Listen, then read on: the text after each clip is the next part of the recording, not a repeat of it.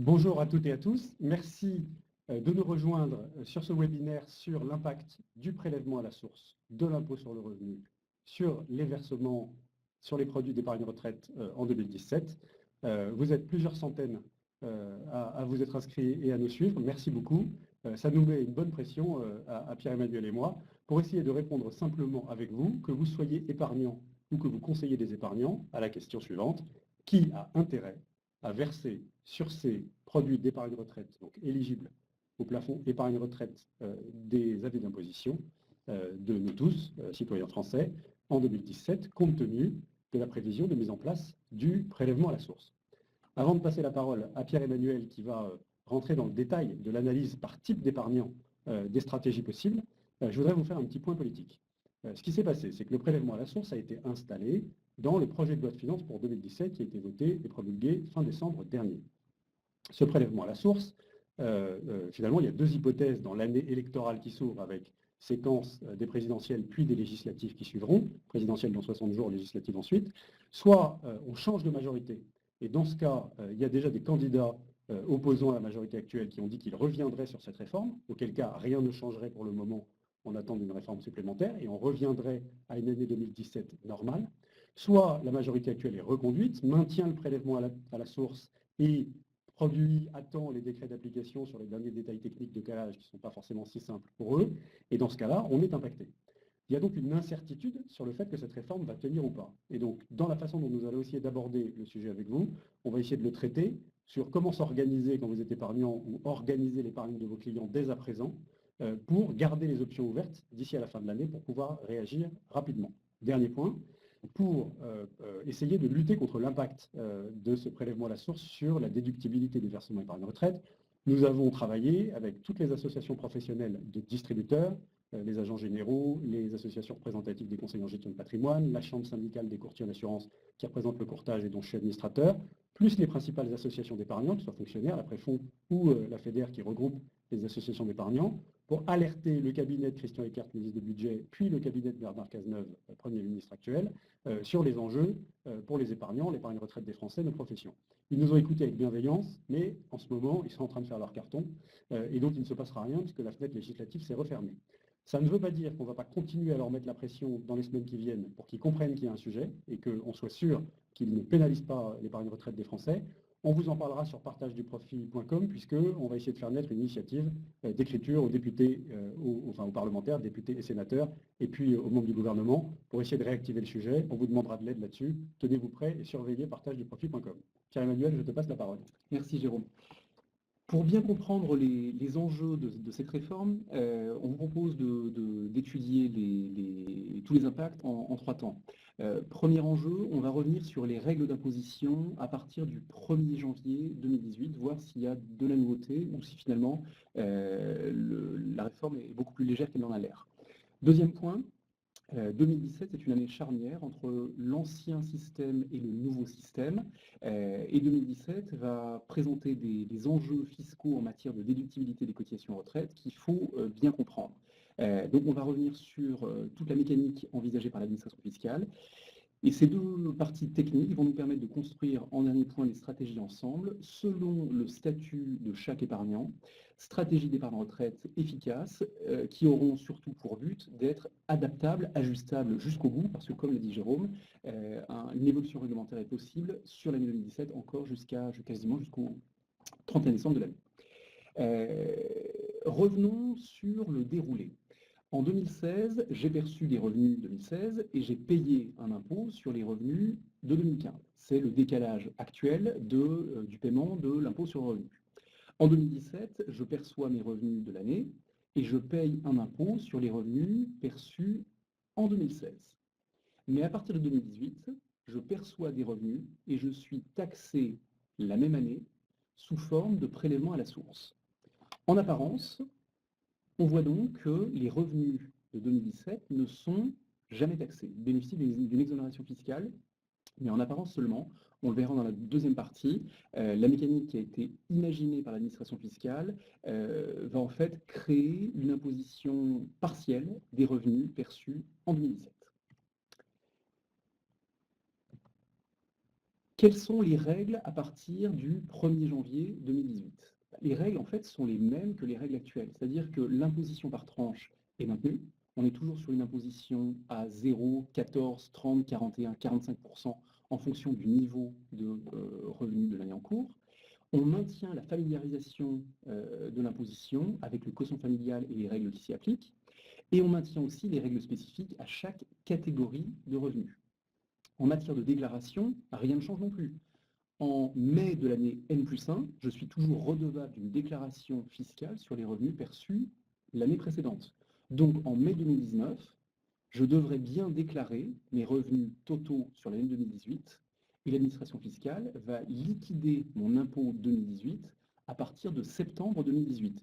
Elle va donc calculer un impôt complet et elle va déduire de cet impôt tous les prélèvements à la source qui ont été réalisés dans le courant de l'année 2018 et elle va donc pouvoir appeler un complément, un solde complémentaire d'impôt qui sera à régler sur les 4 derniers mois de l'année. Donc on le voit, les règles de déclaration et de perception de l'impôt n'ont pas réellement changé, c'est simplement la chronologie des flux qui va être impactée. Autrement dit, on peut dire que le prélèvement à la source n'est qu'un acompte. Tout au long de l'année 2018, je suis prélevé à la source, et il y aura bien un correctif sur l'impôt que je devrais acquitter en fonction de la déclaration que je ferai en mai 2019, comme d'habitude. C'est exactement ça.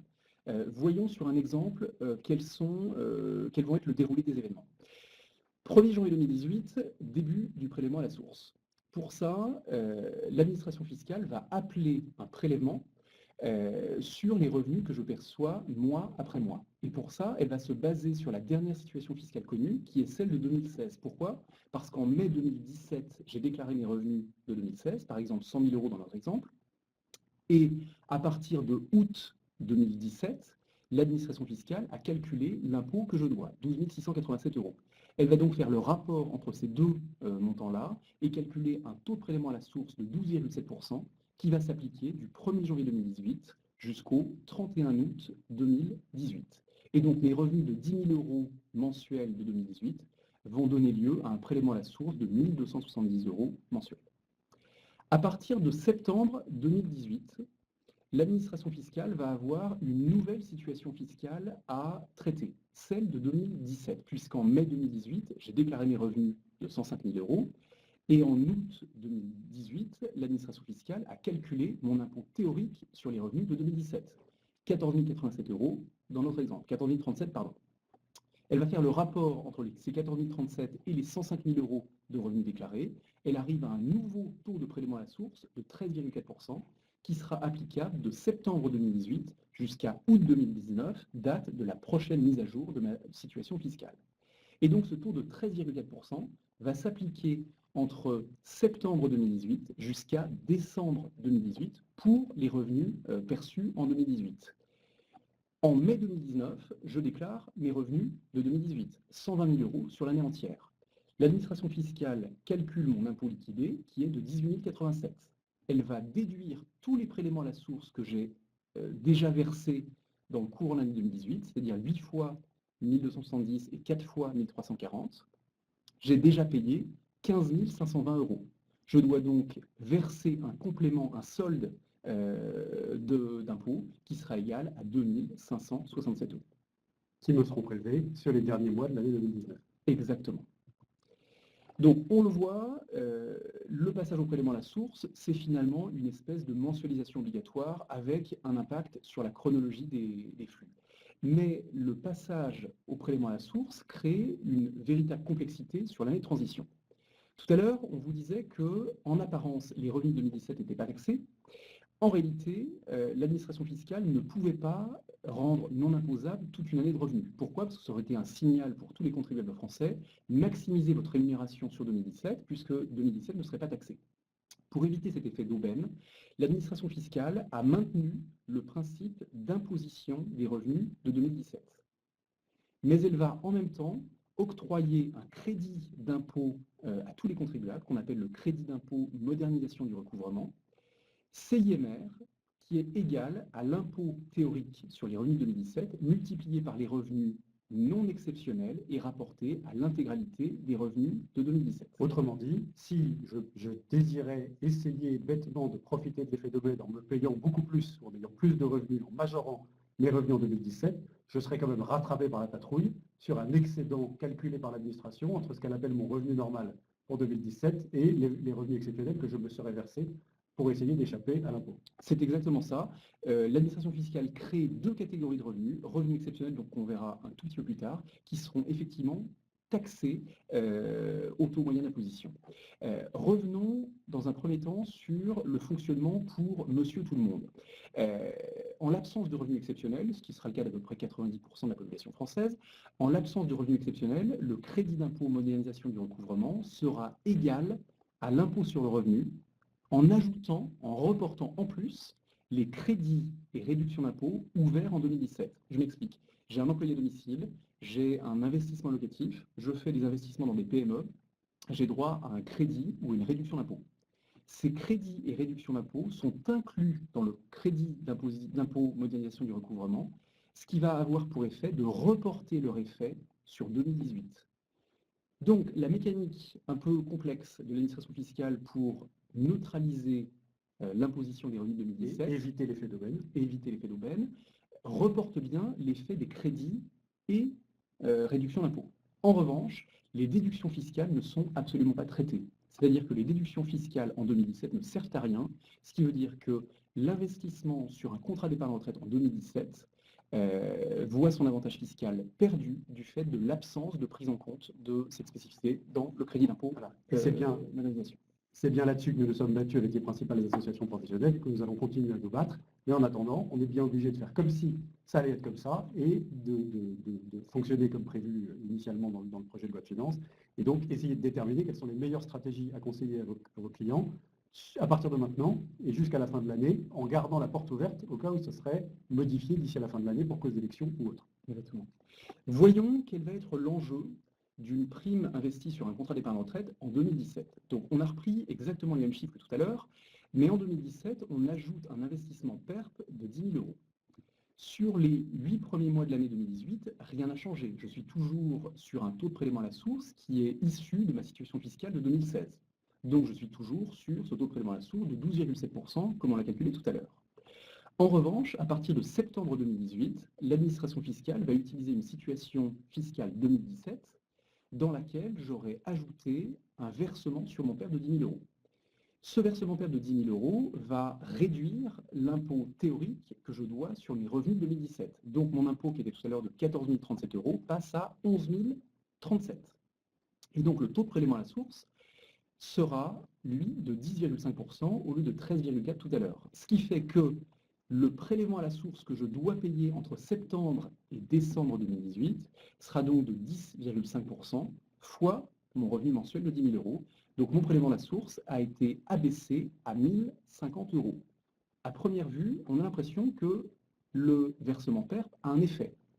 Mais en réalité, n'oublions pas que je dois déclarer en mai 2019 mes revenus de 2018 et que l'administration fiscale liquide mon impôt 2018 sans tenir compte réellement de ces déductions. Donc, j'ai un impôt 2018 liquidé de 18 087 euros. C'est toujours le même montant. C'est le même montant, mais j'ai avancé des acomptes, des prélèvements à la source qui sont plus faibles, puisque les 4 derniers mois de l'année étaient à 1050 au lieu de 1340. J'ai donc versé seulement 14 360. Je suis donc redevable d'un complément, d'un solde complémentaire d'impôt de 3 727 euros.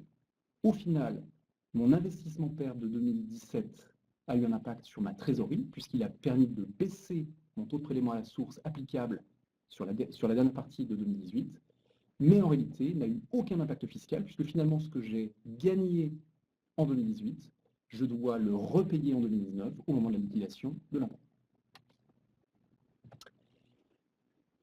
Jérôme, tu parlais tout à l'heure des revenus exceptionnels. Effectivement, pour les contribuables qui auront des revenus qui seront qualifiés par l'administration fiscale d'exceptionnels, un traitement spécifique va être appliqué. Reprenons un exemple d'un couple qui gagne 100 000 euros en 2017 de revenus normaux, entre guillemets. Si j'ajoute 20 000 euros de revenus exceptionnels, l'administration fiscale recalcule un impôt théorique sur ces revenus de 2017, impôt de 18 087 euros. La mécanique du CIMR va me permettre de calculer un crédit d'impôt égal à 18 087 fois 100 000, les revenus normaux, divisé par les revenus totaux, 120 000 euros. Mon crédit d'impôt passe à 15 072 euros.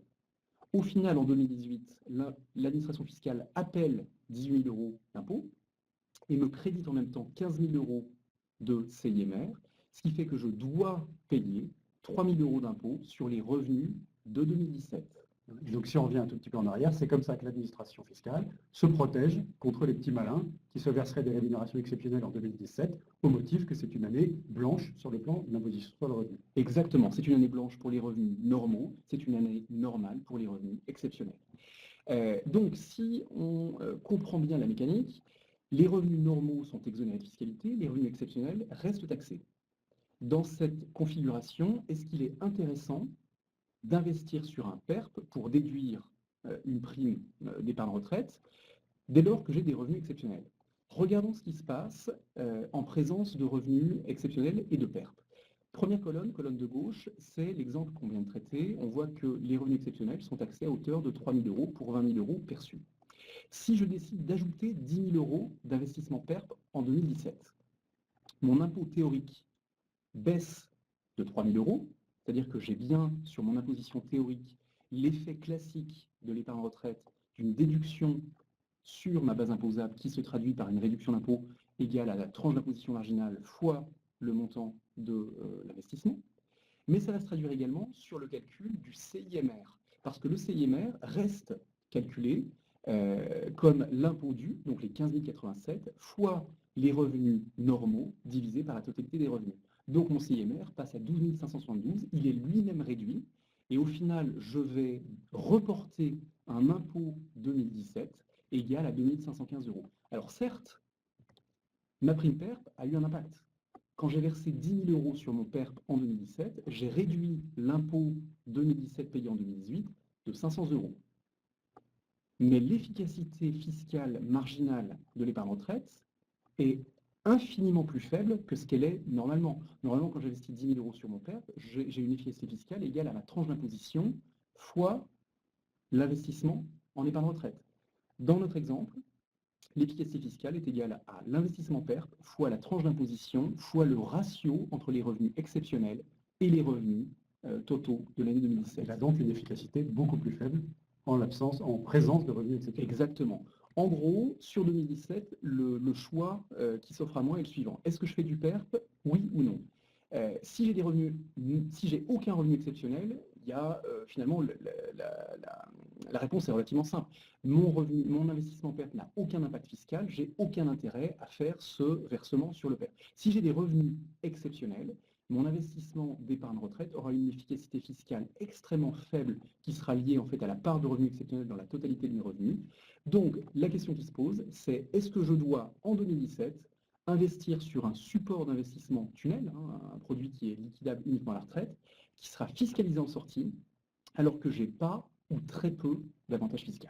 Et que si j'attends, on va le voir dans la suite de notre démonstration, je peux éventuellement bénéficier de cet avantage fiscal à plein l'année prochaine. Exactement. Prenons des cas pratiques.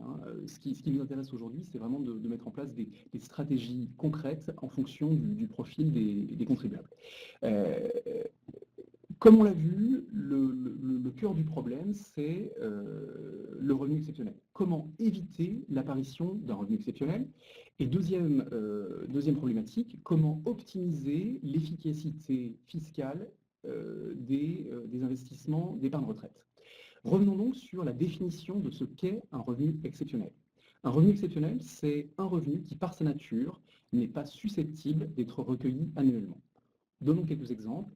Indemnité de rupture de contrat, fin de mandat social, prestation de retraite servie sous forme de capital, donc on pense par exemple aux 20% de capital sur le PERP, et des modalités de rémunération qui sont beaucoup plus classiques. Une prime de participation ou d'intéressement perçue en 2017 et non affectée à un PE ou un PERCO tombe dans la catégorie des revenus exceptionnels. Alors ça, c'est un point très important parce que vous savez que chez RS, on fait aussi beaucoup d'épargne salariale. Et donc, ça veut bien dire que, vous connaissez le principe, quand je place mon intéressement ou ma participation sur mes plans d'épargne, PE ou PERCO, je suis exonéré d'impôt sur le revenu. Si je les touche en cash, je paye l'impôt sur le revenu. le fait qu'en 2017, il n'y ait pas d'impôt sur le revenu, que les revenus ne soient pas imposables, ne change rien à la stratégie que je dois avoir sur mes primes d'épargne salariale, puisque l'administration les a qualifiés de revenus exceptionnels. Si je les touche immédiatement plutôt que de les placer, ils seront qualifiés de revenus exceptionnels et je serai quand même imposé dessus. Donc rien ne change. Il y a toujours intérêt, pour vous si vous êtes épargnant et que vous bénéficiez de ces primes-là, ou pour les gens que vous conseillez, à bien placer sa participation et son intéressement sur ce plan d'épargne pour les exonérer d'impôts. Ensuite, il faut qu'on étudie aussi le cas des travailleurs non salariés, qu'ils soient profession libérale ou dirigeants d'entreprise. En gros, pour l'administration fiscale, ces travailleurs non salariés ont un avantage compétitif en termes de pilotage de leur rémunération. Et donc, vont être qualifiés de revenus exceptionnels pour toute cette catégorie de travailleurs non salariés, tout ce qui va être perçu en 2017 et qui va être supérieur au plus haut des revenus constatés sur les années 2014, 2015, 2016 et 2018. Et le et 2018 a son importance dans les stratégies de chacun des différents profils qu'on va étudier. Vous allez le voir par la suite. Reprenons le cas de notre salarié. Pour un salarié, l'optimisation est relativement simple. En matière d'épargne salariale, rien ne change pour un salarié. Prime d'intéressement, prime de participation doivent être fléchés vers le PE et le PERCO pour éviter de tomber dans la catégorie de revenus exceptionnels. Et donc d'être taxé à l'impôt sur le revenu malgré l'année blanche. Exactement. Par ailleurs, en termes d'épargne salariale, l'année 2017 permet toujours de bénéficier des abondements. Et comme vous le savez, quand on touche une prime qui peut, si on la place sur ses plans d'épargne, bénéficier d'un cadeau de l'employeur sous la forme d'un abondement, c'est dommage de refuser le cadeau et de ne pas aller le chercher. Donc, en matière d'épargne salariale, on fait comme on a l'habitude de faire. Il n'y a pas de changement à opérer. En revanche, en matière d'épargne retraite, quand je suis salarié, je n'ai aucun intérêt à verser en 2017 sur mon PERP ou sous forme de versement facultatif sur mon article 83. Je vais donc décider de suspendre mes versements programmés sur mon PERP ou mon article 83. Je vais conserver cet investissement non réalisé sur un support d'investissement liquide, type livret d'épargne par exemple. Ou sur mon compte courant tout simplement. Exactement. Et à partir du 2 janvier 2018, je vais pouvoir basculer ces sommes de mon compte courant ou de mon livret d'épargne vers mon support d'épargne retraite. Pourquoi? Parce qu'un versement à partir du 2 janvier 2018 retrouve l'avantage fiscal classique de l'épargne retraite, c'est-à-dire une déductibilité des cotisations. Et non pas soit à hauteur de zéro, soit à hauteur de l'efficacité marginale déterminée par la part des revenus exceptionnels et sur la part des revenus normaux, mais bien sur la totalité de mon taux moyen d'imposition, exactement comme avant. Attention cependant, par rapport à la stratégie qu'on définit ici, pour ceux d'entre vous qui ont l'habitude d'aller au plein chaque année sur leur dispositif d'épargne retraite, la stratégie qu'on propose là risque de se heurter à un plafonnement, puisque vous savez que les primes sur des dispositifs d'épargne retraite sont plafonnées chaque année.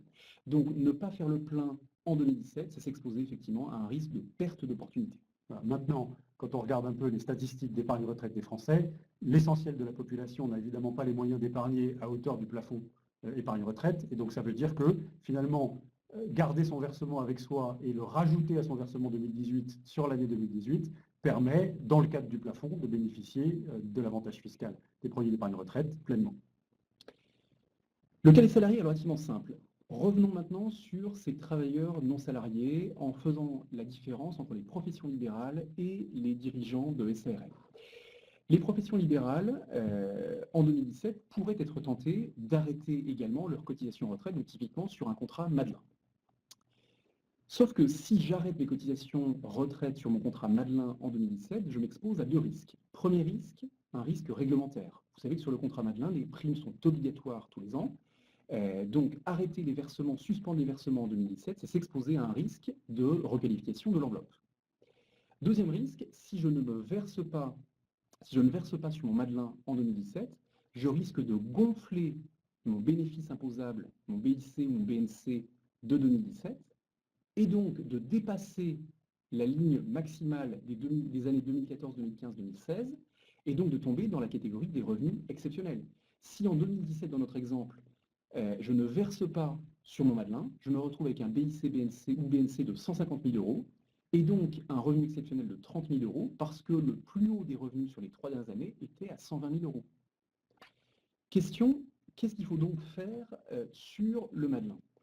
Pour nous, pour les professions libérales, il est surtout urgent d'attendre. C'est-à-dire qu'une profession libérale par nature a un revenu qui n'est pas stable dans le temps. Donc on va suspendre les versements Madelin ou les réduire au minimum contractuel en cours d'année. Et en fin d'année, dès à présent. Dès à présent. Voilà.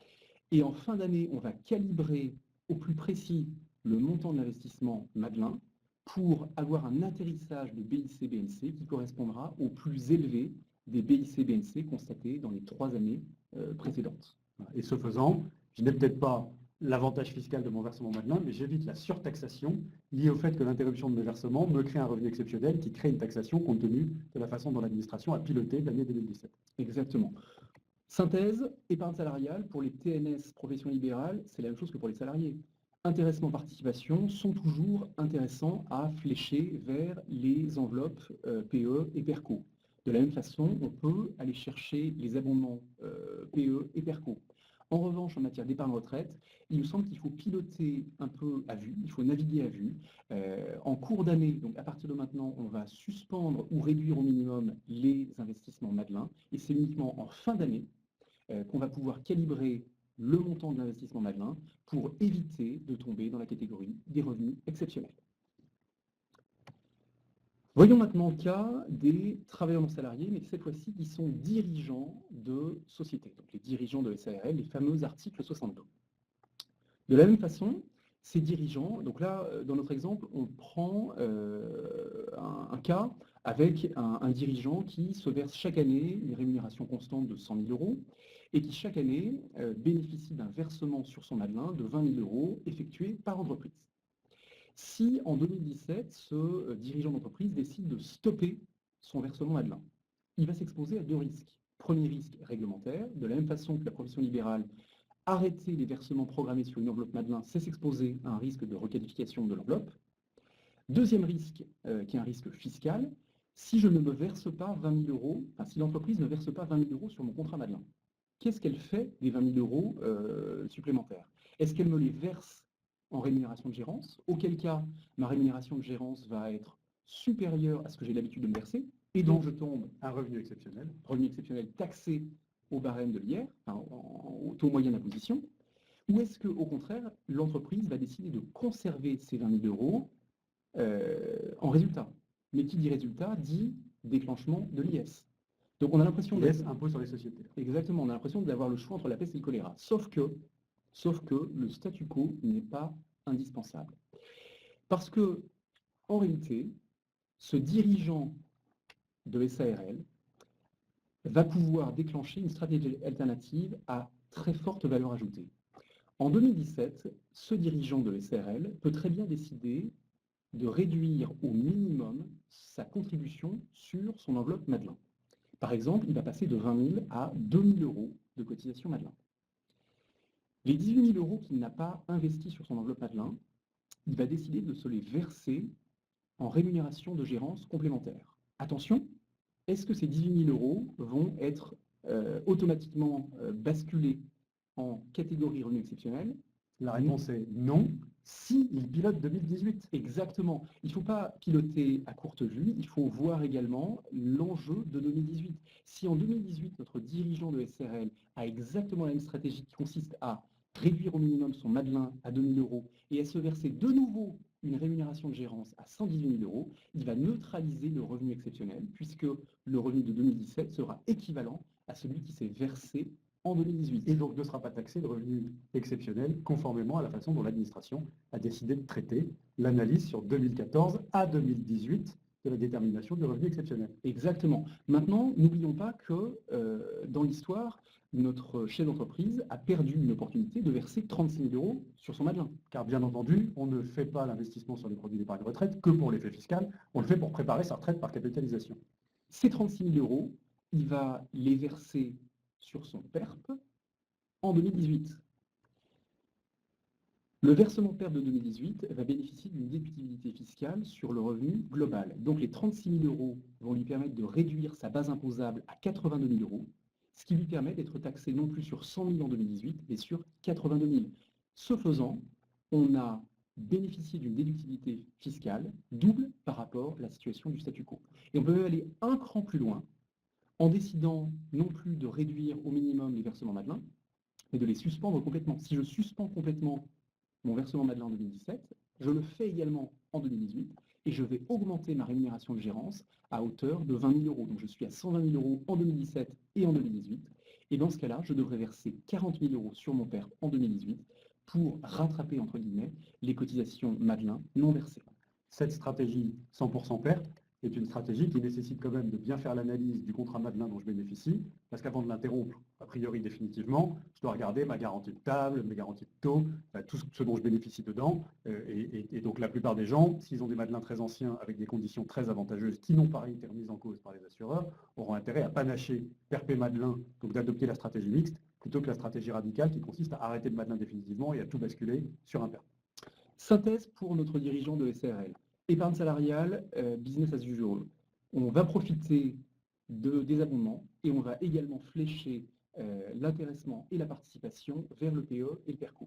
En revanche, en matière d'épargne retraite, 3 solutions sont possibles. Un statu quo qui, de notre point de vue, est sous-optimal.